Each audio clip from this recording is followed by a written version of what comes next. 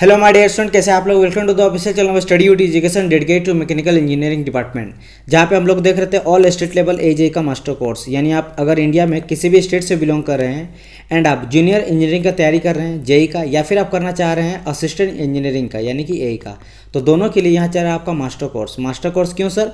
Because यहाँ पे हम लोग जो भी स्टेट लेवल का एजेई का सिलेबस रहता है उसके पैटर्न पे जितने आपके सब्जेक्ट आते हैं मैकेनिकल के, ठीक है, सभी का हम लोग लाते हैं लेक्चर, और लेक्चर के साथ साथ हम लोग लाते हैं मल्टीपल चॉइस क्वेश्चन भी। यानी कि आपको यहाँ जो प्रीवियस ईयर का पेपर जो पूछा जाता है, आपको स्टेट लेवल एजे का प्रीवियस ईयर में पूछा गया है, वो सारे क्वेश्चन इसी में इंक्लूड रहता है एमसीक्यू सॉल्यूशन में, और साथ ही साथ आपको प्रैक्टिस सेट भी मिलता है, और आपको लेक्चर तो मिल ही रहा सब्जेक्ट वाइज। जैसे कि अभी हम लोग का जो सब्जेक्ट चल रहा था that is your production engineering, ठीक है। आज हम लोग देखेंगे 16वां लेक्चर। अभी हम लोग बात कर रहे थे लेथ के बारे में। हम लोग का जो 14वां लेक्चर था यानी 14th और 15th दोनों जो था वो मेरा लेथ में आया था, ठीक है। याद रखिएगा, मैं पहले बता देता हूँ, 14th, 15th, 16th, 17 और 18th, ठीक है, यानी कि 1, 2, 3, 4 ये चारों जो लेक्चर आपको मिलेगा, 5 लेक्चर जो आपको मिलेगा ये सभी आपका लेथ मशीन से रिलेटेड रहेगा, ठीक है। मैं अभी तक हम लोग जो है लेथ मशीन में आपका 14वां लेक्चर और 15 लेक्चर आ चुका है। आज हम लोग देखेंगे 16th के बारे में। पहले मैं बता देता हूँ 14th में हम लोग क्या देखे थे। 14वां लेक्चर में हम लोग देखे थे इंट्रोडक्शन, देखे थे इंट्रो, देखे थे कि लेथ होता क्या है, और इसका कंस्ट्रक्शन देखे थे कि कैसे लेथ मशीन को बनाया जाता है, ठीक है। उसके बाद हम लोग जो 15th पार्ट था, 15वां पार्ट, उसमें हम लोग देखे थे जितने भी इंपॉर्टेंट आपका टाइप्स होता है, ठीक है, जितने आपका टाइप्स होता है यानी कि टाइप्स ऑफ लेथ मशीन के बारे में बात किए थे आपके 15वां लेक्चर में। आज जो हम लोग लेंगे 16th, इसमें हम लोग बात करेंगे जो भी आपका मेजर आपका पार्ट्स होता है लेथ मशीन का। तो आज हम लोग क्या देखने वाले हैं, पार्ट्स ऑफ लेथ मशीन के बारे में, यानी कि लेथ मशीन के जितने पार्ट्स होता है, head stroke, tail stroke, carriage, ठीक है। इसके अलावा आपका जो लेड स्क्रू हो जाता है, फीड रड हो जाता है, आपका बेड हो जाता है, लेग्स हो जाता है, ठीक है। ये सारे चीज़ों के बारे में हम लोग 1 बाय 1 करके देखेंगे with the help of figure animation, ताकि अच्छी तरह समझ में आए। इसके बाद हम लोग लेने वाले जो इसके बाद यानी कि आपका नेक्स्ट जो लेक्चर आएगा 17वां लेक्चर, उसमें हम लोग बात करेंगे जो भी आपका इंपॉर्टेंट आपका हम लोग लगाते हैं, एसेसरीज लगाते हैं, ठीक है, एसेसरीज और अटैचमेंट, उसके बारे में बात करेंगे 17वां लेक्चर में। एंड जो आपका लास्ट हो जाएगा 18th लेक्चर, इसमें हम लोग बात करेंगे जो भी जितनी प्रोसेस होता है जो हम लोग करते हैं लेथ मशीन में, जैसे हम लोग मेटल कटिंग करते हैं, बोरिंग करते हैं, प्लानिंग करते हैं, शेपिंग करते हैं, ठीक है, ग्रूविंग करते हैं, थ्रेड कटिंग करते हैं, तो सारी जितने इंपॉर्टेंट प्रोसेस है सब हम लोग देखेंगे 18th लेक्चर। यानी कि आपको 1, 2, 3, 4, 5 जो आपको लेक्चर आएगा ये रहेगा आपके लेथ मशीन पे। बात समझ में आए कि नहीं? चलिए, तो आज हम लोग कौन सा किसके बारे में देखेंगे, आपको 16th लेक्चर आपका 16वां लेक्चर आज हम लोग देखेंगे all important major parts of lathe machine. अब हम लोग क्या देखने वाले हैं, major parts of lathe machine, ठीक है।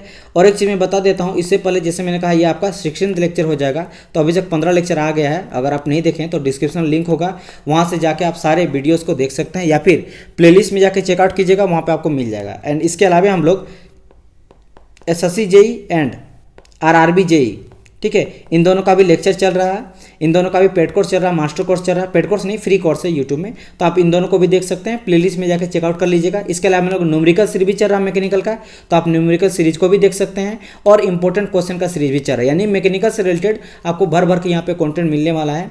तो सब चीज़ आप देख सकते हैं, प्लेलिस्ट में आके जाके चेकआउट कर सकते हैं। और अगर फर्स्ट टाइम विजिट किए चैनल को, तो चैनल को कर लेना आपको सब्सक्राइब। तो चलिए क्लास को हम लोग स्टार्ट करते हैं।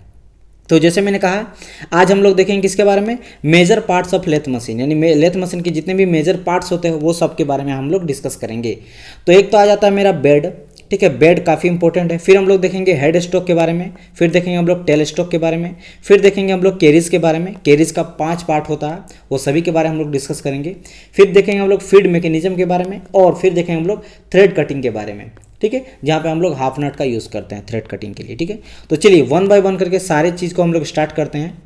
तो सबसे पहले हम लोग, जैसे मैंने कहा था, बेड के बारे में हम लोग देखेंगे। आखिर बेड इंपॉर्टेंट क्यों है? क्योंकि देखो बेड जो होता है सबसे निचला पोर्शन होता है लेथ मशीन का, और ये पूरा का पूरा वेट को कैरी करता है। जितना भी वेट रहता है लेथ मशीन का सबको क्या करता है, झेलता है, यही है वेट को, राइट। इसलिए बेड हो जाता है इंपॉर्टेंट। आपसे क्या क्या पूछ सकता है, पहले तो ये बोलेगा कि लेथ मशीन किस चीज़ का बनाया रहता है, ठीक है, कौन सा मेटल का बनाता है या फिर आपका कोई एलॉय का। तो याद रखना ये आपका ग्रे कास्ट आयरन का बना रहता है। कहीं कहीं जगह में सिर्फ आपको कास्ट आयरन बोलेगा, तो याद रखना या तो कास्ट आयरन बोलेगा तब भी चलेगा, या फिर अगर पूरा स्पेसिफिक दिया रहेगा ग्रे कास्ट आयरन तो भी होगा। और ये हम लोग करते हैं किससे, देखो यहाँ पे made by remelting of pig iron, यानी कि पिग आयरन को हम लोग रीमेल्टिंग करके कास्ट आयरन को बनाते हैं। और ग्रे कास्ट आयरन से हम लोग बनाते हैं क्या है, आपके बेड, और कास्टिंग प्रोसेस से इसको बनाया जाता है। तो ये काफ़ी इंपॉर्टेंट है, इसको आप लोग को ध्यान में रखना है, इसको भूलना नहीं है, ठीक है। कि कास्टिंग प्रोसेस से हम लोग कास्ट आयरन के हेल्प से, वो भी स्पेसिफिक बोले तो ग्रे कास्ट आयरन से रीमेल्टिंग करके पिग आयरन से हम लोग बनाते हैं बेड को। बेड का काम क्या होता है सर, तो बेड जो होता है काम करता है, ये प्रोवाइड करता है जितनी भी आपका वेट है उसको वो कैरी करके रखता है, ठीक है, यानी कि टू प्रोवाइड गुड। अच्छा हाँ, यहाँ पे ये चीज़ बता देते हैं कि ग्रे कास्ट आयरन हम लोग यूज़ क्यों करते हैं बेड को बनाने में, क्योंकि ये डैम्पिंग प्रॉपर्टी इसका काफ़ी अच्छा होता है, और साथ ही साथ ये कंप्रेसिव रेजिस्टेंस भी इसका काफ़ी हाई होता है, ठीक है। हाई कंप्रेसिव रेजिस्टेंस के चलते ताकि ज़्यादा से ज़्यादा वेट को कैरी करे। ऐसा ना हो कि मान लो देखो यहाँ पे आप देख रहे हो, यहाँ पे ये आपका हेड स्टॉक यहाँ पे है, ठीक है, यहाँ पे आप टेल स्टॉक है, इसके बाद यहाँ पे आपका टूल पोस्ट है, कैरीज वगैरह है, तो ये सभी का लोड को झेलना पड़ेगा ना। ऐसा ना हो कि बेड जो है ये आपको दिखा रहा है डार्क कलर से, ये मेरा बेड है यहाँ से यहाँ तक, ठीक है, तो ये कहीं झूल ना जाए, बेंड ना कर जाए, इसीलिए हम लोग को हाई कंप्रेसिव स्ट्रेंथ चाहिए बेड का। तो इसी के लिए हम लोग यूज़ करते हैं कास्ट आयरन को। और डैम्पिंग प्रॉपर्टी भी होना चाहिए, यानी झटका वगैरह भी लगे तो उस चीज़ को झेल पाए, बिकॉज ड्यूरिंग मेटल कटिंग के टाइम पे थोड़ा बहुत झटका भी आता है तो वो डैम्पिंग को भी झेल सके। तो आप देख रहे हैं यहाँ पे इधर रहता है आपका, लेफ्ट साइड में रहता है हेड स्टॉक और राइट साइड में रहता है आपका टेल स्टॉक, राइट। एंड अब हम लोग बात कर लेते हैं इसके बारे में और कुछ इंपॉर्टेंट डिटेल्स। जैसे सबसे यहाँ बताया गया acting as a base for all component of lathe, यानी कि ये एज ए बेस कंपोनेंट के बाद का बेस कंपोनेंट की तरह बिहेव करता है। बेस मीन्स क्या होता है, जिसके ऊपर में सब कुछ रहता है, तो बेस की तरह ये होता है, ठीक है। ये वाला चीज़ को मैं हाईलाइट कर देता हूँ, बेस। आगे देखेंगे कास्टेड विद सिंगल पीस, हाँ ये इंपॉर्टेंट है, मैंने पहले ही बताया था कि जो बेड होता है ना उसको सिंगल कास्टिंग में, सिंगल कास्टिंग मतलब एक बार ही कास्ट करके निकाल लेते हैं, इतना बड़ा पार्ट है तो इतना बड़ा पार्ट हम निकालेंगे वन पार्ट में। हाँ कभी कभी अगर लेथ मशीन काफ़ी बड़ा है तो हम लोग दो पार्ट को कास्ट करके दोनों को क्या कर देते हैं, ऐड कर देते हैं, लेकिन अधिकतर ये सिंगल कास्टिंग से ही बना जाता है मेजर में, ठीक है, ओके। फिर यहाँ पे क्या बोला गया है कि carried rest on the bed and the slide on it, यानी कहने का मतलब है क्या है कि सारी चीज़ को ये क्या करता है, कैरी मतलब झेलता है, ठीक है। और साथ ही साथ इसके ऊपर में सारे पार्ट जो होता है वो स्लाइड होता है, जैसे आप देख रहे हो यहाँ पे हेड स्टॉक होता है, यहीं पे आपका चक होता है, ठीक है, ये आपका चक है, ये आपका चक है, यहीं पे लगा रहता है मेरा जॉब लगा रहता है, इसके पीछे मेरा स्पिंडल लगा रहता है, यहाँ आपका हेड स्टॉक में आपका गियर वगैरह रहता है, ठीक है, असेंबल यहाँ पे गियर वगैरह रहता है, जो मोटर से हम लोग करंट देके इसको चलाते हैं, फिर स्पिंडल चलता है, फिर चक में मेरा जॉब रहता है वो रोटेट करता है, फिर यहाँ पे टूल पोस्ट रहता है, यहाँ पे कटिंग टूल मटेरियल रहता है, और ये मेरा रहता है टेल स्टॉक रहता है। टेल स्टॉक में डेड सेंटर होता है, तो इससे हम लोग सपोर्ट करते हैं कोई भी ऑब्जेक्ट को। तो ये सभी किस पे है, सभी मेरा बेड पे ही है, और बेड पे ही ये ट्रेवल करता है, चाहे कैरीज का बात करें, टेल स्टॉक का बात करें, फिर हेड स्टॉक का बात करें। बात समझ में आए, चलो तो ये चीज़ समझ गए। यहाँ पे क्या क्या इंपॉर्टेंट यहाँ पे है सर वो बता दीजिए। तो मैंने जैसे कहा आपको सिंपल, आपको ये ध्यान रखना है कि भाई जो आपका लेथ बेड होता है वो आपका ग्रे कास्ट आयरन का बनाया जाता है। क्यों? क्योंकि इसमें आपका हाई डैम्पिंग प्रॉपर्टी रहता है और हाई कंप्रेसिव रेजिस्टेंस रहता है, ठीक है। दूसरा चीज़, ये जो आपका बेड होता है वो मेरा बेस होता है, बेस मटेरियल होता है जो कि टोटल वेट को कैरी करता है, ठीक है, ये आपको यहाँ रखना है। इसके बाद ये जो है आपको मैं एक्स्ट्रा बता दिया हूँ कि भाई सिंगल कास्टिंग से बनाते हैं, इसके अलावा रीमेल्टिंग पिग आयरन का करते हैं, तब जाके हम लोग बनाते हैं। तो ये अदर चीज़ है, बट ये आपको एकदम इंपॉर्टेंट होना चाहिए कि कास्ट आयरन का बनता है और बेस मटेरियल होता है और हाई कंप्रेसिव रेजिस्टेंस वगैरह होता है, राइट। चलो आगे बात करते हैं। अच्छा हाँ, और एक चीज़, ये जो आपका बेड होता है, बेड ये पूरा का पूरा मेरा बेड है, ये पूरा का पूरा मेरा क्या बेड है, ओके। अब इस बेड में दो जो चीज़ रहता है जिसमें कोई भी चीज़ मेरा रोटेट करता है, यानी कि जो मेरा स्लाइड करेगा वो कहलाता है मेरा बेड वे। क्या कहलाता है मेरा? वे कहलाता है, बेड वे। जैसे मैं यहाँ पे अदर कलर से दिखाता हूँ, जैसे आपको ग्रीन से दिखा रहा हूँ, ठीक है। ये यहाँ पे एक रहेगा और यहाँ वैसे नीचे में दिखाया गया, देखिए यहाँ पे बेड वे दिखाया गया। ये जो आप देख रहे हैं ये दोनों क्या है, मेरा बेड वे है। यानी कि वे मीन्स क्या होता है? रास्ता होता है, मतलब वैसा रास्ता जिसमें मेरा कैरीज या टूल पोस्ट जो मूव करता है। जैसे ये मेरा कैरीज है तो कैरीज में टूल पोस्ट लगाता है, तो इसको हम लोग मूव करते हैं ना, आगे पीछे लेफ्ट राइट मूव करते हैं या फिर ऊपर नीचे मूव करते हैं, ठीक है। तो आपका ये सब जो मूव होता है कहाँ पे होता है? इस बेड वे में ही मूव होता है। अब यहाँ से दो क्वेश्चन आ जाता है कि बेड वे में दो तरह का मूवमेंट होता है, यानी दो चीज़ को मूव कराया जाता है। एक तो होता है मेरा टेल स्टॉक भी मूव करता है एंड आपका कैरीज भी मूव करता है। तो कैरीज जो मूव करता है, तो उसको हम लोग यूज करते हैं आपका आउटर साइड में, और जो मेरा टेल स्टॉक मूव करता है वो मेरे इनर जो आपका वे रहता है वहाँ मूव करता है। कैसे? अगर नहीं समझ में आए तो चलिए मैं आपको बताता हूँ। देखो यहाँ बताया गया है यहाँ देखिए कि टू सेट्स, एक सेकंड हाइलाइटर में पिला लेता हूँ। Two sets of guide means क्या करता है, वे मतलब रास्ता दिखाता है कि भाई किधर से मेरा कैरीज या टेल स्टॉक जो है मूव करेगा। अब इसमें होता है कि आपका इनर वे, एक होता है आपका आउटर वे। अब इनर वे कौन सा हो गया, जैसे कि ये मान लो देखो ये दोनों चीज़ को मैं फिगर यहाँ पे फिर से बना रहा हूँ, मान लो इस तरह का है, ठीक है, ये मेरा पहला है वे और ये दूसरा वे है, ठीक है, ये मेरा गाइड वे है। तो गाइडवे का इनर पार्ट हो गया ये वाला बाहर वाला पार्ट, जिस जो मैं ग्रीन से दिखा रहा हूँ, ये आपका इनर पार्ट हो गया, ठीक है, और ये भी आपका इनर पार्ट हो गया, और आउटर पार्ट को मैं ब्लैक से दिखाना चाह रहा हूँ, ठीक है। तो जैसे कि यहाँ पे आपका इनर पार्ट हो गया ये वाला, ये इनर पार्ट हो गया, ठीक है। तो आप देखेंगे यहाँ पे लगा रहता है मेरा टेल स्टॉक लगा रहता है, मान लो इस तरह करके, ठीक है, टेल स्टॉक लगा रहता है, और यहाँ पे मेरा कैरीज लगा रहता है। तो कैरीज जो मूव करता है वो आपका इस पार्ट में मूव करता है, मतलब आउटर पार्ट में जो रहता है वो कैरीज मूव करता है, यानी कि जो आपका आउटर वे है वो कैरीज के लिए हो जाता है, और जो आपका इनर पार्ट होता है वहाँ पर टेल स्टॉक के लिए होता है। तो टेल स्टॉक इनर पार्ट के लिए होता है, आउटर पार्ट के लिए आपका क्या होता है, कैरीज होता है। बात समझ में? जैसे यहीं पे देख लो, यहाँ पे कैरीज लगा हुआ है, तो ये जो बाहर वाला देखो यहाँ पे दो दिखाया गया, ये 1 नंबर का है और ये बाहर वाला 2 है।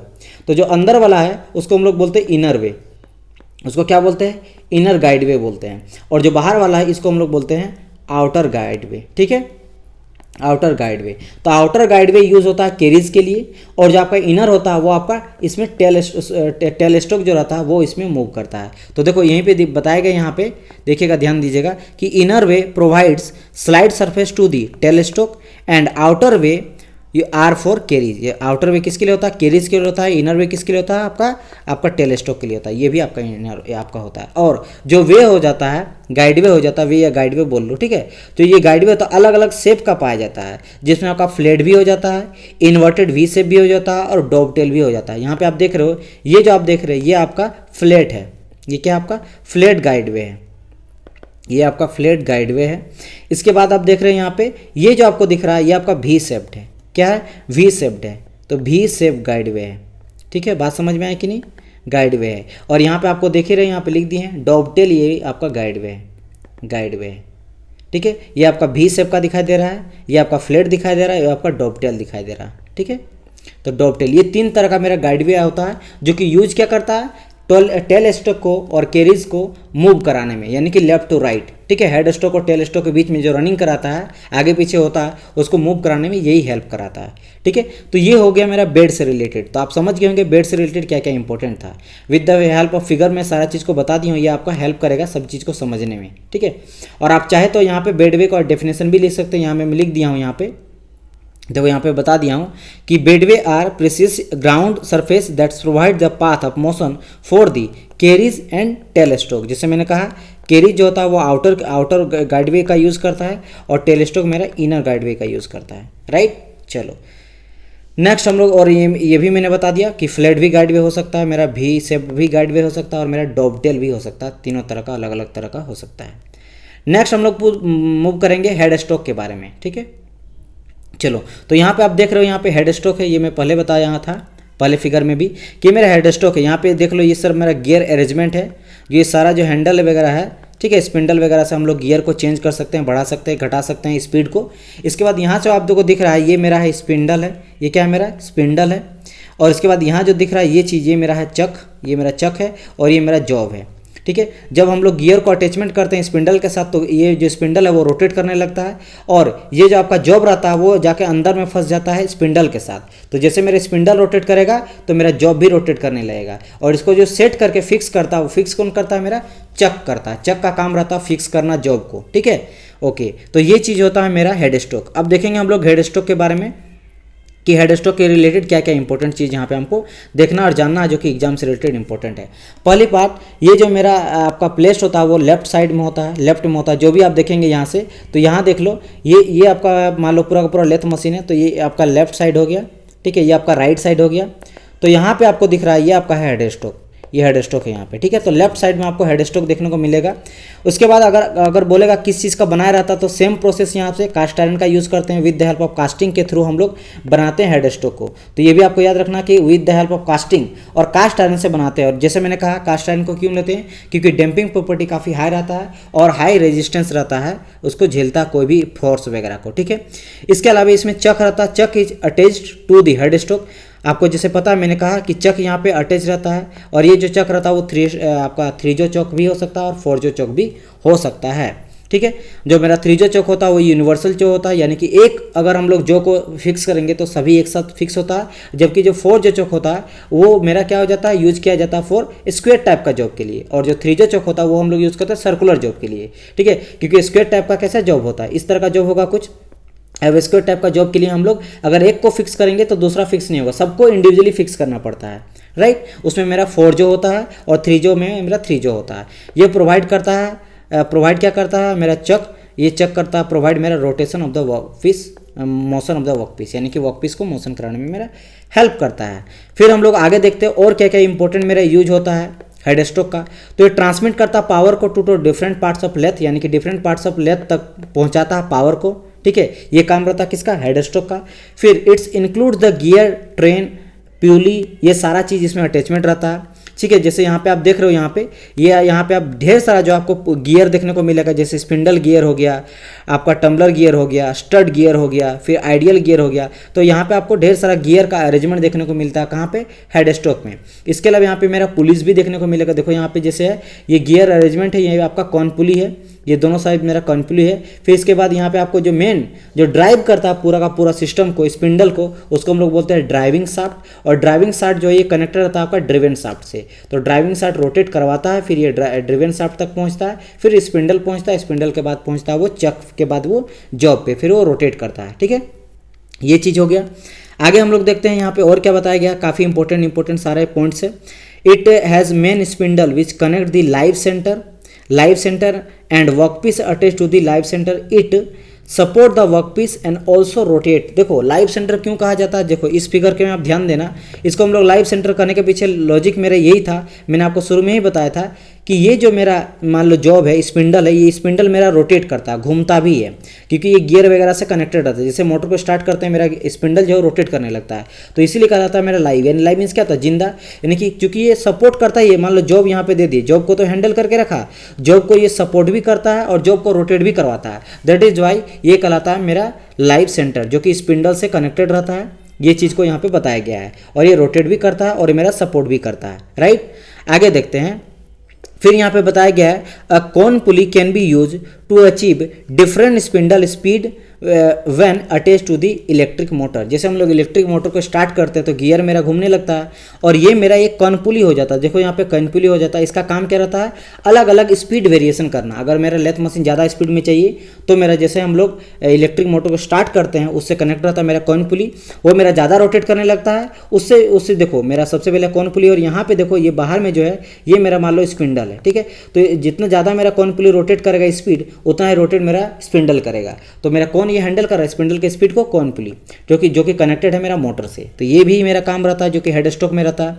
फिर यहाँ पे बताया गया है by using the back gear arrangement a wide range of slower speed obtain. यानी कि ढेर सारा अगर हम लोग गियर अरेंजमेंट कर देते हैं तो हम लोग ऑब्वियसली बात है स्पीड को घटा भी सकते हैं, बढ़ा भी सकते हैं। मैंने बताया कैसे बढ़ा घटा सकते हैं। मान लो एक मेरा छोटा गियर है यहाँ पे, और इसके बाद यहाँ पे मेरा एक बड़ा गियर है। अब यहाँ पे अगर छोटा गियर को बड़ा गियर के साथ, काफ़ी गंदा मैं फिगर बना दिया हूँ, देखो मान लो ये मेरा अच्छा से गियर बनाते हैं, ये मेरा एक छोटा गियर है, ठीक है, और इसके बाद एक हम लोग बनाते हैं बड़ा गियर, ये मेरा काफ़ी बड़ा गियर है। अब अगर मैं इसके साथ बड़ा गियर को लगाता हूँ, चलो कोई नहीं, इसी समझ लो स्पीड बताना, तो अगर छोटा गियर अगर मेरा 4 बार रोटेट करेगा तो बड़ा गियर 1 बार रोटेट करेगा, ऑब्वियसली बात है। तो यहाँ पे स्पीड मेरा क्या हो जाएगा, लो हो जाएगा। वही हम लोग जस्ट रेसिप्रोकेट कर देंगे, मतलब एक बड़ा गियर में हम लोग छोटा गियर को अगर लगा देते हैं, ठीक है, बड़ा गियर में क्या करते हैं, छोटा गियर को लगा देते हैं, तो बड़ा गियर अगर 1 बार रोटेट करता है तो छोटा गियर मेरा 4 बार रोटेट करेगा, तो स्पीड यहाँ बढ़ जाएगा। 4 बार ही फिक्स नहीं बता रहे, एग्जाम्पल बता रहे हैं। तो मेरा यहाँ पे गियर अरेंजमेंट से क्या कर सकते हैं, स्पीड को फास्ट भी कर सकते हैं, स्लो भी कर सकते हैं। फिर बताया गया special gear like change wheel जो होता है, स्पेशल गियर होता है, can be use to produce different velocity rotation for the thread cutting. यानी कि थ्रेड कटिंग के टाइम पे भी हम लोग जो व्हील, स्पेशल चेंज व्हील को यूज़ कर सकते हैं, ताकि हम लोग जो स्पीड है गियर का उसको मेंटेन कर सकते हैं, खास स्पेसिफिक गियर का स्पीड प्रोवाइड कर सके लेथ मशीन को। ठीक है, तो यहाँ से आप देख लिए किसके बारे में, जितने भी हेड स्ट्रोक से रिलेटेड इंपॉर्टेंट फैक्ट है सभी के बारे में। क्या क्या इंपॉर्टेंट है मैं फिर से एक बार रिवीजन करा देता हूँ। सबसे important, head stroke cast iron का बना रहता है, लेफ्ट साइड में रहता है लेथ मशीन का, ठीक है। उसमें चक लगा रहता है और चक जो लगा रहता है, चक के बाद हम लोग ऑब्जेक्ट को लगाते हैं। जो मेरा हेड स्ट्रोक है इसको हम लोग लाइव सेंटर इसमें होता है, क्यों? क्योंकि जो स्पिंडल रहता है वो रोटेट करता है सपोर्ट के साथ साथ, इसलिए लाइव सेंटर कहा जाता है। इसमें गियर ट्रेन वगैरह रहता है, पुलिस वगैरह रहता है, ठीक है। और इसमें जो मेरा कौन पुली रहता है वो डिफरेंट तरह का स्पीड दे सकता है स्पिंडल को, क्योंकि मेरा इलेक्ट्रिक मोटर के साथ वो कनेक्टेड रहता है। गियर एडजमेंट के साथ हम लोग स्पीड कर सकते हैं और फास्ट भी कर सकते हैं आपके लेथ मशीन के स्पीड को, राइट। ये सारा इंपॉर्टेंट फैक्ट इससे रिलेटेड है। अब हम लोग जाते हैं टेल स्ट्रोक। लेथ मशीन का आपका राइट साइड में आपको मिलेगा। जैसे मैं आपको लेथ मशीन के ये फिगर आपको दिखाऊं तो जैसे मैंने कहा था, इधर आपका लेफ्ट साइड में आपका हेड स्ट्रोक है और आपका राइट साइड में, इधर राइट साइड में होता है मेरा टेल स्ट्रोक। यहाँ पे क्या हो जाता है, मेरा टेल स्ट्रोक होता है। तो पहली बात तो राइट साइड में होता है। आगे देखते हैं और क्या आ जाता है मेरा। तो यहाँ पे सबसे पहले तो पॉइंट यही मेरा आ गया कि ये मेरा होता है कहाँ पे, राइट साइड में होता है, ठीक है। ओके, ये भी मेरा बेड पे ही सिचुएटेड होता है, उसी के ऊपर होता है, ठीक है। ये क्या करता है, use to perform drilling operation. अधिकतर जो हम लोग यूज़ करते हैं टेल स्ट्रोक को, वो ड्रिलिंग के लिए करते हैं। और ये याद रखना कि टेल स्ट्रोक जो होता है कभी भी मूव नहीं करता है। इसका जो हेड रहता है, जैसे यहाँ पे T5 जो दिखाएगा ये चीज़, इसको हम लोग बोलते हैं डेड सेंटर, ठीक है। डेड सेंटर बोलते हैं। क्यों डेड सेंटर बोलते हैं? क्योंकि ये मूव नहीं करता है, ये मूव नहीं करता है, ओनली सपोर्ट करता है। क्योंकि ये ओनली सपोर्ट करता है इसीलिए हम लोग डेड सेंटर इसको बोलते हैं, ठीक है। दूसरा और एक क्यों होता है, जब हम लोग कोई लंबा सिलेंड्रिकल जॉब को हम लोग कर रहे हैं तो उसके बीच में, यानी कि जो आपका हेड स्ट्रोक टेल स्ट्रोक है उन दोनों के बीच में सेट कर देते हैं, ताकि मेरा ऑब्जेक्ट जो हो वो ड्यूरिंग द मशीनिंग के टाइम पे वो बेंडिंग ना हो, ठीक है। ओके, मेन फंक्शन के बारे में यहाँ बताया गया। सबसे पहले क्या बताया गया, मेन फंक्शन, सॉरी यहाँ पे इरेज हम ले लिए थे, 1 मिनट। ओके, तो the main function of the tail stroke is to provide support to the work piece. यानी कि आपका टेल स्ट्रोक का मेन फंक्शन होता है वर्क पीस को सपोर्ट करना, supporting the circular job on the lathe machine during the turning operation.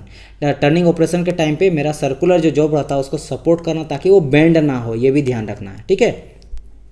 और adjust करते हैं with the respect to the spindle centre के बेसिस पे हम लोग एडजस्ट करते हैं आपके जॉब को, ठीक है। It's carries a dead centre, जैसे मैंने कहा डेड सेंटर आता है। वाई? बिकॉज ये ओनली सपोर्ट करता है, ये मूव नहीं करता, इसीलिए इसको डेड सेंटर हम लोग कहते हैं, राइट। आगे देख लो, यहाँ पे बताया गया है कि जो आपका लाइव सेंटर या डेड सेंटर है इसमें मेरा 60 कोनिकल पॉइंट रहता है। यानी कि ये जो मेरा एंगल इस तरह का रहता है, दोनों तरफ देखने को मिलेगा आपको। हेड शॉर्ट मतलब एक सेकंड में फिगर यहाँ पे दिखाता हूँ। देखो यहाँ पे हेड स्ट्रोक ले लो या फिर टेल स्ट्रोक ले लो। यहाँ पे हेड स्ट्रोक इस तरह करके रहेगा या फिर यहाँ पे टेल स्ट्रोक रहेगा। दोनों जो रहेगा, ये जो कोनिकल पॉइंट रहता है वो मेरा 60 कोनिकल मेरा पॉइंट दिया जाता है। ये आपको ध्यान में रखना है, ठीक है, याद रखिएगा। टेल स्ट्रोक में अधिकतर पूछा जाता है, तो याद रखिएगा आपका 60 एंगल का हम लोग कोनिकल यहाँ पे पॉइंट देते हैं। क्यों? ताकि वो फिट अच्छी तरह से हो जाए मेरे सेंटर में, ठीक है। To fit the centre in the circular job and the other end has taper to allow for easy and good fitting के लिए, ये सारे चीज़ के लिए हम लोग 60, ये इंपॉर्टेंट खाली ध्यान रखना कि हम लोग 60 कोनिकल पॉइंट देते हैं, ठीक है। आगे बढ़ते हैं। In case of heavy job due to the large friction jamming may take place. यानी कि अगर हम लोग हेवी जॉब कर रहे हैं तो उसके फ्रिक्शन ज़्यादा होने के चक्कर में मेरा जाम भी हो सकता है, ठीक है। विच can be avoid by the mounting dead centre in the ball bearing. तो हम लोग अगर डेड सेंटर में बॉल बेयरिंग लगा देते हैं, तो बॉल बेयरिंग लगाने से अगर हम लोग हेवी जॉब भी करते हैं, ड्यू टू फ्रिक्शन के चलते मेरा जाम नहीं होगा। जाम जो हो जाता है ना, वो जाम नहीं होगा अगर हम लोग बॉल बेयरिंग लगाते हैं। कहाँ पे? डेड सेंटर में। बात समझ में आई कि नहीं? ताकि मेरा लार्ज फ्रिक्शन के चलते, हेवी ड्यूटी जब हम लोग वर्क करेंगे तो लार्ज फ्रिक्शन के चलते उसमें जाम ना हो, जैमिंग ना करे, राइट। समझ आएगा। अब हम लोग देखेंगे कैरीज के बारे में। आपको पता है कैरीज जो होता है, जिसको हम लोग लेथ डॉग भी बोलते हैं, ये मेरा हेड स्ट्रोक और टेल स्ट्रोक के बीच में रहता है, राइट। तो यहाँ पे हम लोग देख लो हेड स्ट्रोक। चलिए बताइए, तो हेड शॉट आप लोग कोई ना कोई तो बच्चा ऐसा होगा जो कि फ्री फायर जरूर खेलता होगा, ठीक है। तो वहीं से आता है ये हेड स्ट्रोक। चलिए देखो यहाँ पे मेरा क्या हो जाता है, हेड स्ट्रोक, ये वाला हो जाता है मेरा टेल स्ट्रोक, और बीच में यहाँ जो दिख रहा है ये मेरा हो जाता है कैरीज। तो कैरीज कहाँ हो जाता है मेरा? बीच में हो जाता है, हेड स्ट्रोक और टेल स्ट्रोक के बीच में। बाद में बात, चलिए अगर हम लोग बात करते हैं इससे रिलेटेड सारे इफेक्ट जो कि आपको एग्जाम में पूछ सकता है। ओके, माउंटिंग ऑन द, यहाँ पे देखो बताया गया है माउंटेड ऑन आउटर गाइडवे। मैंने कहा था कि जो आपका गाइडवे होता है दो तरह का होता है, एक इनर होता है, एक आउटर होता है। इनर वाला यूज होता है आपका टेल स्टॉक के लिए, और आउटर वाला जो गाइडवे यूज होता है वो हो जाता है आपका किसके लिए, कैरीज के लिए यूज होता है। समझ है, वही चीज़ को बताया गया है। फिर यहाँ पे बोला गया है so that it can move in a direction parallel to the spindle axis. जो भी मेरा स्पिंडल रहेगा एक्सिस के पैरेलल में मूव करेगा, ऑब्वियसली बात है, जो भी मेरा लेफ्ट सेंटर है उसके पैरेलल में मूव करता है ना, ठीक। ओके, इट इंक्लूड, मैंने कहा था कैरीज में 5 पार्ट होता है। कौन कौन सा पार्ट होता है सर, वो मुझे बता दीजिए। तो देखो यहाँ पे एक रहता है एप्रन। एप्रन जो होता है आपका लोअर पार्ट होता है कैरीज का, ये समझ लो एक तरह से खोली होता है, यानी कि इसके अंदर सारा पार्ट्स रहता है, ठीक है, डिब्बा टाइप से। जैसे इस फिगर में आप देख लो, यहाँ पे आप देखोगे यहाँ पे एप्रन। एप्रन किसको दिखाया जा रहा है, ये जो आपका बॉक्स है ये सारा पार्ट को, ये सारा पार्ट को यहाँ पे दिखाया जा रहा है, ठीक है। ये जितने पार्ट्स है सबको, जो डिब्बा जो है, जो जिसके अंदर सब कुछ है उसको दिखाने का कोशिश करा। जो लोअर पार्ट होता है, सबसे लोअर पार्ट है, ठीक है। लोअर पार्ट जो है वो मेरा क्या हो जाता है, आपका एप्रन हो जाता है, लोअर पार्ट, ठीक है। ओके, ठीक है। फिर देखते हैं हम लोग, फिर आ जाता है मेरा क्रॉस स्लाइड। क्रॉस स्लाइड के बाद जाता है मेरा सैडल। सैडल के बाद जाता है मेरा कंपाउंड रेस्ट। फिर आ जाता है मेरा टूल पोस्ट, ठीक है। तो 1 बाय 1 करके सब चीज़ देखते हैं। देखो सबसे पहले यहाँ पे हम लोग देख लेते हैं। देखो क्या बताया गया यहाँ पे, using the gear mechanism on the apron the direction of the feed can be adjusted. यानी कि एप्रॉन का यूज होता है क्या, उसके अंदर मेरा टोटल गियर मैकेनिज्म हो जाता है, ठीक है। तो आपका डायरेक्शन देने में, गियर मैकेनिज्म करने में मेरा एप्रॉन हेल्प करता है। फिर आ जाता है मेरा सेकंड नंबर में आ जाता है मेरा क्या, मैंने कहा था क्रॉस स्लाइड के बारे में। तो क्रॉस स्लाइड से रिलेटेड क्या है कि cross slide travel to right angle to the spindle axis. मैंने कहा था यहाँ पे, आप देखो फिगर में बताया गया, इस फिगर मैंने कहा था क्रॉस स्लाइड क्या करता है, ये मेरा राइट एंगल, मतलब ये मान लो लेथ का चक है, चक से ये मेरा क्या एक्सिस है, ठीक है। तो एक्सिस के मेरा पैरेलल ये मूव करता है, परपेंडिकुलर डायरेक्शन, पैरेलल बोल रहे सॉरी, परपेंडिकुलर डायरेक्शन में मूव करता है, मतलब इस डायरेक्शन में मूव करता है, मैंने आपको बता दिया था। जबकि मेरा हैंडव्हील एक होता है जो कि कैरिज में ही लगा रहता है, हैंडव्हील मेरा किस तरह मूव करता है, आपका लेफ्ट राइट, यानी टेल स्टॉक और हेड स्टॉक की ओर मूव करता है, ठीक है। लेकिन मेरा जो क्रॉस स्लाइड है वो मूव करता है मेरा किधर, परपेंडिकुलर डायरेक्शन पे, यानी एक्सिस के परपेंडिकुलर डायरेक्शन में। और मेरा जो आपका हैंडव्हील रहता है वो हम लोग यूज़ करते हैं आपके इस डायरेक्शन में, यानी पैरेलल डायरेक्शन में, एक्सिस के पैरेलल में मूव करता है, राइट। तो वही बताया गया है कि cross slide travel to right angle to the spindle axis. अब देखो यहाँ पे ये एप्रन था, और यहाँ पे आप देख रहे हो यहाँ पे ये रहता है आपका क्रॉस स्लाइड। क्रॉस स्लाइड मतलब ये वाला जो है आपका क्रॉस स्लाइड है, ये वाला क्या आपका क्रॉस स्लाइड है, ठीक है। बात समझ में आए, ये हो गया मेरा क्रॉस स्लाइड। फिर हम लोग बात करेंगे आगे सैडल का। थर्ड नंबर में मेरा सैडल था, यहाँ पे हम लोग देखेंगे सैडल के बारे में। हम लोग सैडल क्या काम करता है भाई, सैडल के ऊपर मेरा रहता है आपका कंपाउंड रेस्ट। तो वो काम करता है कि भाई कंपाउंड रेस्ट मेरा कैसे वर्क करेगा, इस यही काम रहता है मेरा सैडल का, वो सपोर्ट करता है कंपाउंड रेस्ट को। तो देखो यहाँ पे बोला गया saddle is mounted on the cross slide, यानी कि ऑब्वियसली बात है कि देखो क्रॉस स्लाइड ये वाला था ना, तो क्रॉस स्लाइड के जस्ट ऊपर में, देखो मैं ग्रीन से दिखा रहा हूँ, क्रॉस स्लाइड के जस्ट ऊपर में यहाँ पे रहता है मेरा सैडल, मतलब एप्रन के ऊपर रहता है क्रॉस स्लाइड, क्रॉस स्लाइड के रहता है ऊपर सैडल।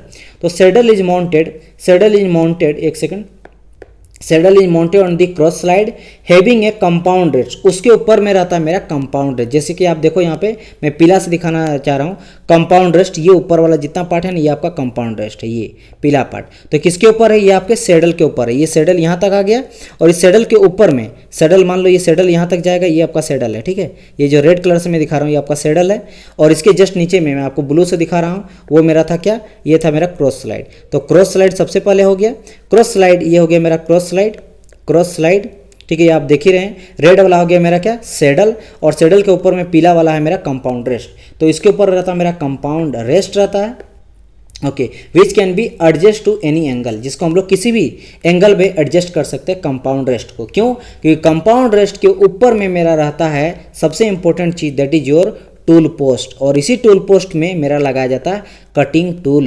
ये मेरा कटिंग टूल यहाँ हम लोग लगाते हैं, ठीक है, कटिंग टूल लगाते हैं ताकि हम लोग मटेरियल को कट कर सके। तो आप समझ गए होंगे, सबसे पहले क्या है मेरा एप्रन आया, सेकंड नंबर में क्या है क्रॉस स्लाइड आया, थर्ड नंबर में क्या है सैडल आया, और फोर्थ नंबर में क्या है कंपाउंड रेस्ट आया, और फिफ्थ नंबर क्या है टूल पोस्ट आया। तो वही सबको यहाँ बताया गया है। फिर बताया गया है यहाँ पे देखो, फिर से वही कंपाउंड रेस्ट के बारे में बताया गया है, ठीक है। तो देख लेते हैं हम लोग क्या बोला गया, the compound rest slide is actuated by screw के साथ उसको हम लोग सेट कर देते हैं, which rotate in the nut fix to the saddle, जो कि सैडल के साथ कनेक्ट रहता है। फिर हम लोग देख देते हैं टूल पोस्ट। टूल पोस्ट में क्या हो जाता है, the tool post is a important part, बहुत इंपॉर्टेंट पार्ट है कैरिज का, जो जिसमें मेरा फिट रहता है आपके क्या tool post, fit in the T slot. अब देखो इसमें टी स्लॉट क्या बोल रहा है, मेरा बात समझो। टूल पोस्ट आप समझ गए होंगे, ये वाला है टूल पोस्ट है, ठीक है, ये टूल पोस्ट, अब देखो टूल पोस्ट को यहाँ पे मैं फिगर दिखाया हूँ, ये आपका टूल पोस्ट दिखाई दे रहा है, ये भी आपका टूल पोस्ट दिखाई दे रहा है।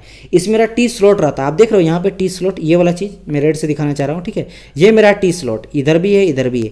यहीं पे हम लोग लगाते हैं कटिंग टूल, ये हम लोग cutting tool single point cutting tool यहीं सेट किया। जैसे देखो यहाँ पे ये जो है आपको सिंगल पॉइंट कटिंग टूल दिखाई दे रहा होगा, ये भी आपका सिंगल पॉइंट कटिंग टूल है। ये सिंगल पॉइंट कटिंग टूल इसके अंदर हम लोग सेट कर देते हैं, ठीक है, टूल पोस्ट में। और उसके बाद ये क्या करता है, मेरा मटेरियल को कट कर देता है। तो वही बताया गया था टूल पोस्ट होल्ड, देखो the tool post hold tool holder, obvious ही बात है टूल पोस्ट में टूल होल्डर आता है जो कि होल्ड करता है मेरा कटिंग टूल को, और उससे मेरा हम लोग कट करते हैं। समझ आया कि नहीं, यहाँ से इंपॉर्टेंट क्या क्या इंपॉर्टेंट आया मेरा इससे रिलेटेड, यानी केरीज से रिलेटेड। केरीज सबसे पहले तो हम लोग इसको बोलते हैं या तो केरीज के नाम से, केरियज के नाम से भी जानते हैं, बहुत कोई बोलता है, इसको लेथ डॉग से भी जानते हैं।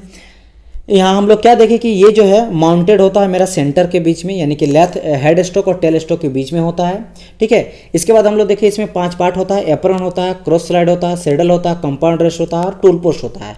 एप्रन क्या काम करता है, एप्रन मेरा बॉटम पार्ट होता है, lower part of the carriage होता है, जो कि सभी चीज़ को संभाले हुए रहता है, निचले पार्ट होता है, जिसमें जितना तरह का मैकेनिज्म हो जाता है, गियर मैकेनिज्म हो जाता है, डायरेक्शन देने का काम होता है, उसी के अंदर से किया जाता है, यानी कि जितनी उसमें मैकेनिज्म होता है। फिर हम देखें क्रॉस स्लाइड, क्रॉस स्लाइड क्या करता है, क्रॉस स्लाइड मेरा जो आपका स्पिंडल है, आई मीन जो भी आपका हेड स्टॉक में स्पिंडल रहता है, उसका जो हम लोग एक्सिस लेंगे, उस एक्सिस के जो आपका परपेंडिकुलर डायरेक्शन पे है, यानी कि आपका राइट एंगल डायरेक्शन पे, ठीक है, राइट एंगल डायरेक्शन पे ये मेरा क्या करता है, कटिंग करता है, यानी मूवमेंट करता है, जिसे इस फिगर में मैंने आपको बता दिया हूँ, ठीक है। फिर बात करते हैं सेडल, सेडल के ऊपर रहता है मेरा कंपाउंड रेस्ट, और कंपाउंड रेस्ट का काम क्या रहता है, कंपाउंड रेस्ट मेरा फिक्स रहता है सेडल में, जो कि उसके ऊपर लगा रहता है मेरा टूल पोस्ट, और टूल पोस्ट को मूवमेंट देता है जिधर भी मूवमेंट हो सके, और टूल पोस्ट में लगा रहता है मेरा टूल होल्डर, और टूल होल्डर मेरा सेट रहता है सिंगल पॉइंट कटिंग टूल जो कि कटिंग करता है। तो ये हो गया केरीज का पार्ट्स, ठीक है, ओके।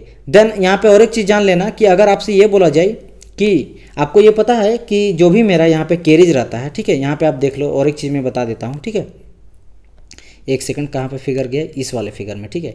यहाँ जो मेरा केरीज रहता है, यहाँ जो मेरा केरीज रहता है, तो केरीज में मैंने बताया था केरीज से कनेक्टेड रहता है, 2 इस तरह का आता है मेरा चीज़, 2 रड आता है। आपको याद होगा दोनों रड का क्या नाम है, एक था मेरा लीड स्क्रू और एक रहा था मेरा फीड रड। जो फीड रड था मेरा सिलेंड्रिकल रड था, ठीक है, और मेरा जो लीड स्क्रू था, लीड स्क्रू वो मेरा था थ्रेडेड कटिंग, और ये मेरा किससे कनेक्टेड था, केरीज से। तो केरीज में जब हैंडव्हील से हम लोग आपका आगे पीछे करते हैं, लेफ्ट राइट करते हैं, तो ये किसमें मेरा रन करता है, चलता किसमें है, लीड स्क्रू और फीड रड के बीच, उसी में मेरा चलता है, ठीक है। तो यहाँ पे ये बोलना जा रहा है, नेक्स्ट जो इंपॉर्टेंट पॉइंट है, एक सेकेंड, यहाँ पे ये बोल रहा है कि जो हम लोग एक यूज करते हैं टम्बलर गियर। अब ये टम्बलर गियर क्या हो जाता है, इसके बारे में देख लेते हैं। देखो, the tumbler gear mechanism is use to change the direction of lead screw and feed rod in the lathe. अगर हम लोग वही लीड स्क्रू को, ठीक है, वही लीड स्क्रू को और फीड रड को, जिसमें मेरा पूरा का पूरा कैरिज उसी के सहारे चलता है, अगर उसके डायरेक्शन को हमको चेंज करना है तो हम लोग यूज़ करते हैं टम्बलर गियर का। तो आपको अगर पूछे कि टम्बलर गियर मैकेनिज्म का यूज़ क्यों करते हैं, तो आपको बताना है to change the direction of lead screw. तो यहाँ पे देखो, ये मेरा है टम्बलर गियर्स, ये दोनों क्या है मेरा टम्बलर गियर्स है। तो इससे मेरा कनेक्टेड रहता है यहाँ पे लीड स्क्रू और फीड रड, ठीक है, समझ आया कि नहीं, ओके। और यहाँ देखो बताया गया by engaging the tumbler gear carriage can be moved automatically from the tail stock to head stock. अगर हम लोग टम्बलर गियर को यूज़ कर देंगे, उसके बाद automatically head stock to tail stock वो जाएगा, ठीक है। ये मेरा काम रहता है, लीड स्क्रू को और फीड रड को ऑटोमेटिकली वो मूवमेंट देता है with the help of tumbler gear in carriage. Now ये सारा पॉइंट हम लोग देख लिए। अब हम लोग देखेंगे फीड मैकेनिज्म के बारे में।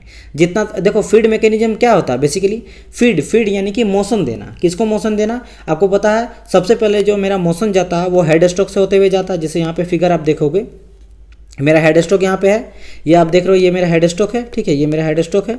तो हेड स्टॉक में ढेर सारा, मैंने जैसे आपको कहा था, गियर वगैरह लगा रहा था, ठीक है। यहाँ मेरा गियर अटैचमेंट रहता है।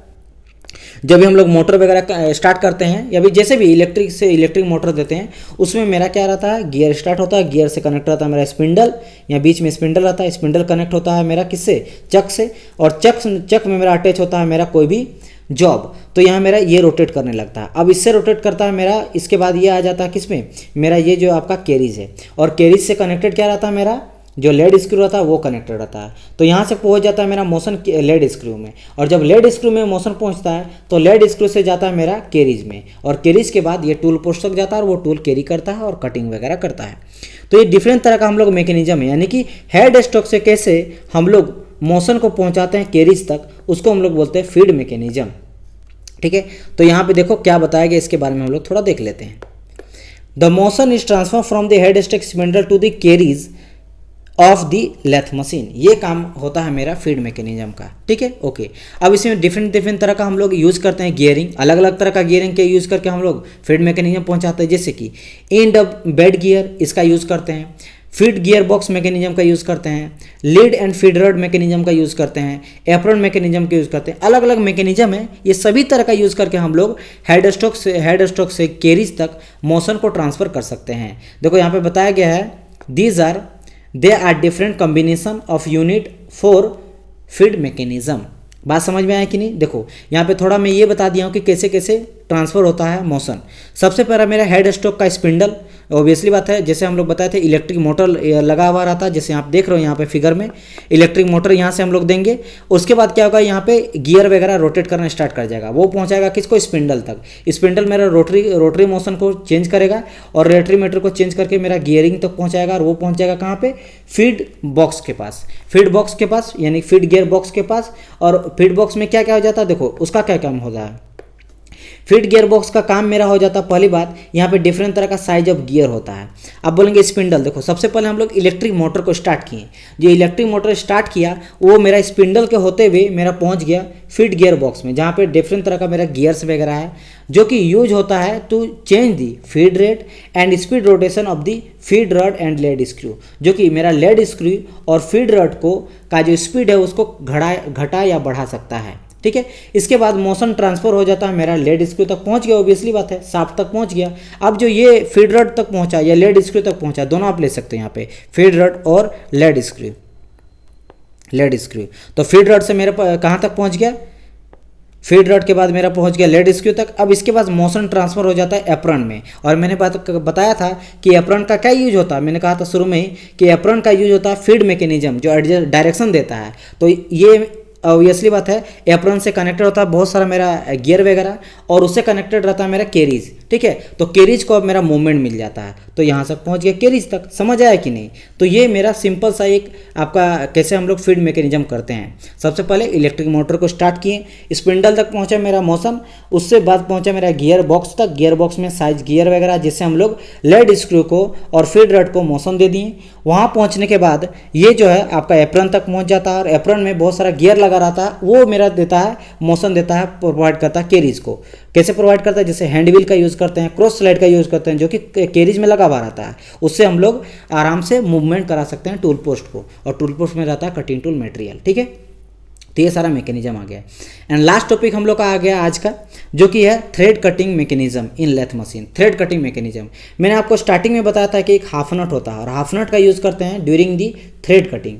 जब हम लोग लेथ मशीन में थ्रेड कटिंग करते हैं तो हम लोग हाफ नट का यूज़ करते हैं। अब देखो यहाँ पे देखो, बहुत ही अच्छी फिगर मैं आपको समझाने का कोशिश करता हूँ। ठीक है, इसका चाहे तो आप लोग वीडियो देख सकते हैं, यूट्यूब में पड़ा हुआ है। ठीक है, लेकिन अगर मैं वीडियो आपको दिखाऊंगा तो कॉपीराइट लग जाएगा। यहाँ पे आप ये चीज़ जो फिगर देख रहे हो, ये आपका है लेड स्क्रू। ये क्या है, मेरा लेड स्क्रू है। ठीक है, लेड स्क्रू है।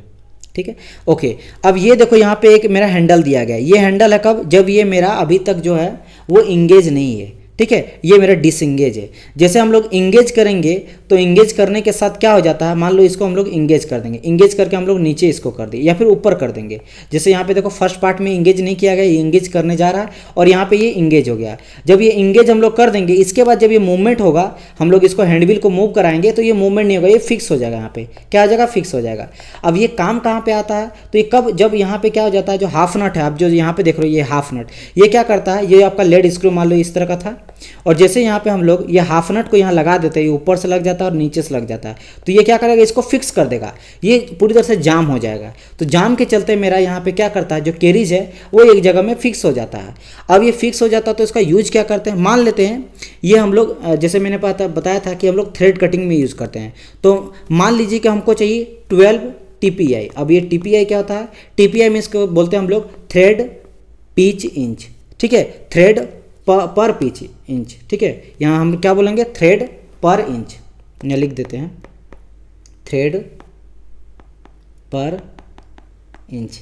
यानी कि हम लोग को जैसे अगर बोलेंगे कि हमको चाहिए 12 थ्रेड पर इंच, मतलब हमको चाहिए 1 इंच जब हम लोग मूवमेंट देंगे कैरीज को, या फिर आप समझ लो आप कैरीज में जो लगा रहता है मेरा टूल पोस्ट, उसको अगर 1 इंच से बढ़ाएंगे तो उसमें हमको 12 जो है वो थ्रेड मिलना चाहिए, थ्रेड कट होना चाहिए।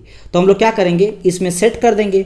अब इस सेट करने के बाद क्या होगा कि अगर मेरा चक जो है वो मेरा 12 बार राउंड करेगा, 12 बार घूमेगा, तब मेरा टूल जो कटिंग टूल है, ठीक है, जो मेरा टूल कटिंग करेगा वो टूल कटिंग करते हुए ओनली जो है 1 मेरा इंच मूव करेगा, 1 इंच ही आगे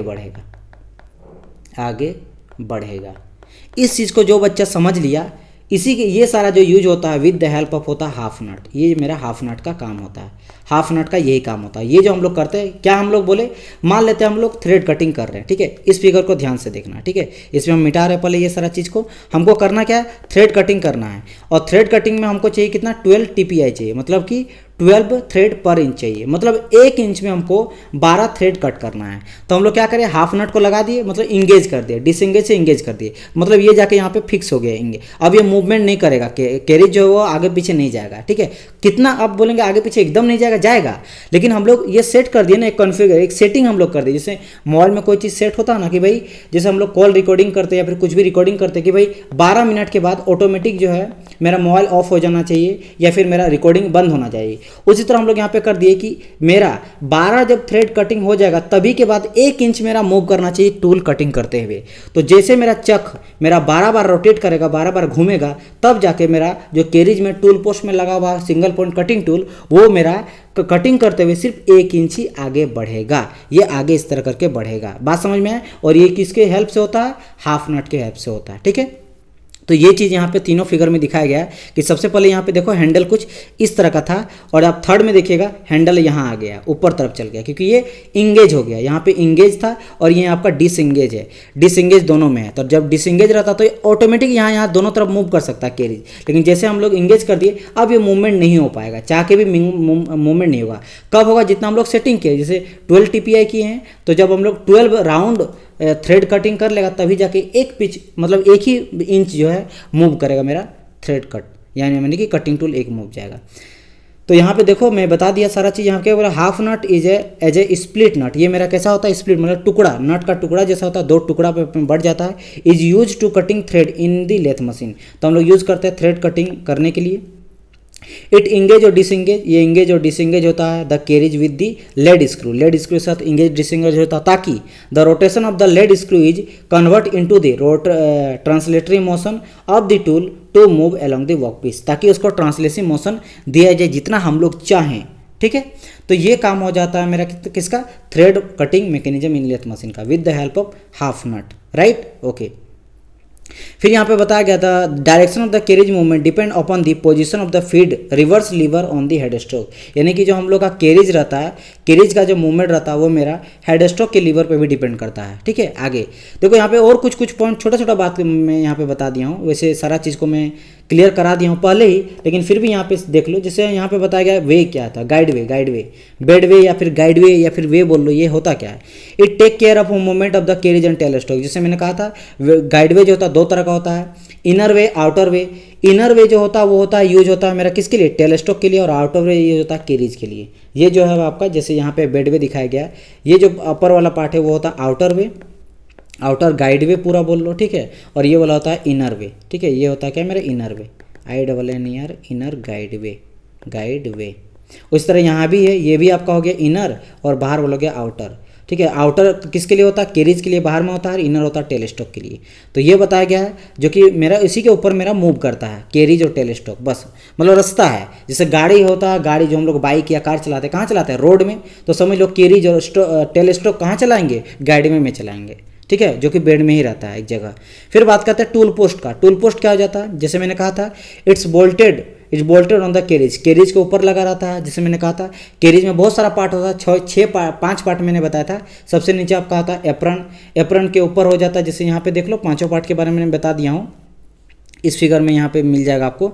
देखो यहाँ पे सबसे पहले होता है एप्रन, एप्रन के ऊपर होता है मेरा आपका क्रॉस स्लाइड, क्रॉस स्लाइड के ऊपर आता है मेरा सेडल, सेडल के ऊपर आता है मेरा कंपाउंड रेस्ट, फिर आता है टूल पोस्ट।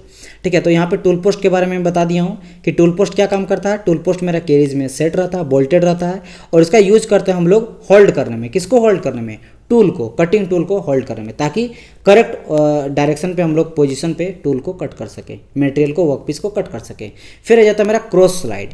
क्रॉस स्लाइड मैंने कहा था, क्रॉस स्लाइड का यूज क्या होता है? ट्रांसवर्स डायरेक्शन में हम लोग कटिंग करने में, ट्रांसवर्स डायरेक्शन पे कटिंग करने के लिए हम लोग यूज करते हैं क्रॉस स्लाइड। देखो क्रॉस स्लाइड का कुछ इस तरह का फिगर होता है। ठीक है, ये मेरा क्रॉस स्लाइड है, और यहाँ पे आप देख रहे हो कैरिज में ही लगा रहता मेरा क्रॉस स्लाइड, यहाँ पे है, ये मेरा जो है ये मेरा क्रॉस स्लाइड है। ठीक है, ये कैसा डायरेक्शन मेरा इस डायरेक्शन मूवमेंट देता है, यानी कि जो स्पिन जो अगर हम लोग चक का लेंगे, एक्सिस लेंगे, इस एक्सिस के मेरा परपेंडिकुलर डायरेक्शन पे ये मेरा कटिंग करता है आगे पीछे। ठीक है, और हैंडविल जो ये हैंडविल है, ये मेरा हैंडविल है, हैंडविल किस तरह कट करता है? आपके पैरेलल, जो पैरेलल में कटता है, यानी एक्सिस के पैरेलल में मेरा कटिंग करता है।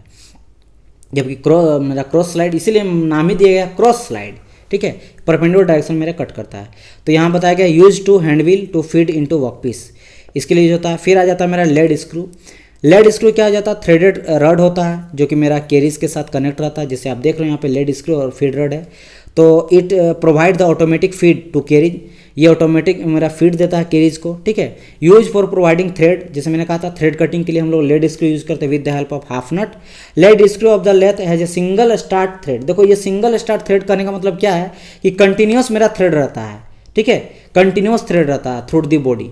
तो वो बताया गया कि थ्रू दी बॉडी मेरा सिंगल जो है मेरा थ्रेड देखने को मिलता है इन लेड स्क्रू। राइट, इसके बाद जो नेक्स्ट हम लोग का आएगा लेक्चर, वो आएगा मेरा एसेसरीज और लेथ अटैचमेंट का। दोनों में डिफरेंस होता है, एक मेरा सपोर्ट करता है और एक मेरा सपोर्ट के साथ साथ वो मेरा कुछ वर्क भी करता है। तो हम लोग देखेंगे कि एसेसरीज और लेथ अटैचमेंट में क्या क्या डिफरेंस होता है। यहाँ पे हम लोग बात करेंगे सेंटर का, चक का, 3 jaw chuck, 4 jaw chuck, angle plate, mandrel, rest, इसके बाद और बहुत सारा जो मिलिंग अटैचमेंट हो जाता है, ग्राइंडिंग हो जाता है, बोल्ट हो जाता है, ये सभी चीज़ के बारे में हम लोग बात करेंगे नेक्स्ट टॉपिक में, यानी कि नेक्स्ट लेक्चर में। क्लास कैसा लगा? आई होप सो क्लास काफ़ी अच्छा लगा होगा। तो क्लास अगर अच्छा लगा तो आपको करना है लाइक, चैनल सबसे पहले तो आपको वीडियो को लाइक कर देना, फटाफट अभी आप लाइक कर दीजिए।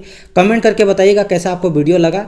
एंड मैं इसके बाद जैसे लेक्चर कंप्लीट होता है उसके बाद मैं एमसीक्यू सॉल्यूशन भी लाऊंगा, जितने भी लेथ मशीन से रिलेटेड सारे टॉपिक वाइज में एमसीक्यू लाऊंगा और आपको एमसीक्यू सॉल्यूशन भी प्रोवाइड कर दूंगा, जिसमें प्रीवियस का पेपर भी रहेगा और प्रैक्टिस सेट भी रहेगा। तो कमेंट आप लोग कीजिएगा कैसा वीडियो लगा, एंड सब्सक्राइब कीजिएगा फर्स्ट टाइम हमारे चैनल को विजिट किए हैं तो। एंड मैं आपको बता देता हूँ कि हम लोग के यहाँ जो है RS खुरमी RK जैन, ठीक है, RS खुरमी RK जैन का भी कंप्लीट सोल्यूशन मिलता है। 9000 क्वेश्चन को सोल्यूशन करते हैं विथ एक्सप्लेनेशन। तो आपको अगर परचेज करना है तो नीचे व्हाट्सअप लिंक दिया गया है, उसके बारे में डिस्कस कर सकते हो। और टेलीग्राम व्हाट्सअप में आप जुड़ जाइएगा, क्योंकि टेलीग्राम में जो आपको PDF वगैरह मिल जाएगा, और व्हाट्सअप में डिस्कशन कर सकते हैं क्वेश्चन का। ढेर सारा लड़का उसमें जुड़ा हुआ है। एंड इसके अलावा हमें जो है हमारे चैनल को आप फॉलो कर सकते हैं सोशल मीडिया पे, जैसे व्हाट्सअप, टेलीग्राम हो गया, इसके अलावा आपका फेसबुक हो गया, इंस्टाग्राम हो गया, सभी जगहों पे। मिलते हैं नेक्स्ट पार्ट में, तब तक के लिए goodbye and God bless you all. अगर आप कोई भी AJE का तैयारी कर रहे हैं तो हमारे यहाँ 2 कोर्स अवेलेबल है, एक फाउंडेशन कोर्स और एक प्लस कोर्स। दोनों हिंदी इंग्लिश में आपको मिलेगा, बाइलिंगुअल। यहाँ पे कंप्लीट सिलेबस आपको कराया जाएगा क्वेश्चन डिस्कशन के साथ, सब्जेक्ट वाइज।